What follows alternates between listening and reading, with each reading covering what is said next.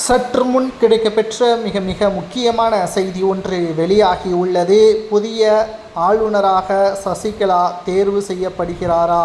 பாஜக எடுத்த முடிவால் எடப்பாடி பழனிசாமி அதிர்ச்சியடைந்துள்ளார். அதிமுகவின் மிக முக்கிய ஆளுமை சக்தியாக மறைந்த முதல்வர் ஜெயலலிதா அவர்களுக்கு பிறகு 2 ஆண்டுகள் செயல்பட்டார்.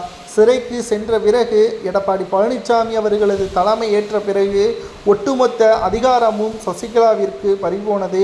சிறையிலிருந்து வெளியே வந்த பிறகும் கூட சசிகலா அவர்கள் ஒட்டுமொத்த அதிமுகவின் தலைமையை மாற்றுவார் என்று எதிர்பார்க்கப்பட்டது.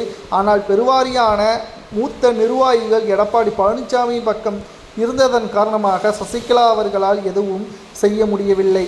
ஆனால் எடப்பாடி பழனிசாமி அவர்களுக்கு எதிராக சசிகலாவிற்கும் ஓபிஎஸ்ஸிற்கும் ஆதரவாக அதிமுகவின் கடைக்கோடி தொண்டர்கள் வரை சசிகலாவிற்கு ஆதரவுகளை கொடுத்தனர். இதன் காரணமாகத்தான் 2021 சட்டசபை தேர்தலுக்கு பிறகு பல்வேறு தோல்விகளை அதிமுக தழுவியது. 2026 சட்டசபை தேர்தலிலும் அதே நிலைமை நீடிக்கக்கூடாது என்பதற்காக சசிகலா அவர்களுக்கு ஆளுநர் பதவியை கொடுத்தால் அவர் அரசியலில் இருந்து விலகிவிடுவார். அதிமுகவின் தொண்டர்களும் எடப்பாடிக்குத்தான் ஆதரவுகளை கொடுக்க முடியும்.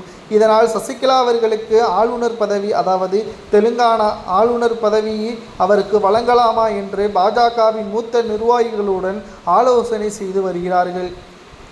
சசிகலாவிற்கு அதற்கான தகுதி இருக்கிறதா என்பதும் தற்பொழுது பேச்சுவார்த்தையும் நடத்தப்பட்டு வருகிறது.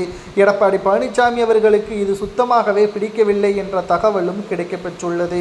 உங்களது கருத்துக்களை கூறுங்கள். சசிகலா அவர்களுக்கு ஆளுநர் பதவி வழங்கலாமா அல்லது அவரே அதிமுகவின் தலைமை பொறுப்பேற்பதற்காக அவர் அரசியலில் தீவிரமாக பிரச்சாரங்களை மேற்கொள்ளலாமா என்பதை உங்களது கருத்துக்களை கமெண்ட் வாயிலாக கூறுங்கள். கிட்டத்தட்ட சசிகலா அவர்கள் அதிமுகவில் ஈடுபடுவதற்கும் அதிமுகவில் தன்னை இணைப்பதற்கும் பல்வேறு முயற்சிகளும் மேற்கொண்டு வருகிறார். தேர்தல் நேரத்தில் புதிய மாற்றத்தையும் கொண்டு வருவேன் என்றும் தெரிவித்துள்ளார். இந்த நிலையில் பாஜக போடுகின்ற ஆளுநர் பதவி என்ற திட்டம் சசிகலா அவர்களுக்கு கைகோர்க்குமா அல்லது சசிகலா அவர்கள் ஆளுநர் பதவியை தேர்வு செய்யலாமா என்பதை உங்களது கருத்துக்களை கமெண்ட் வாயிலாக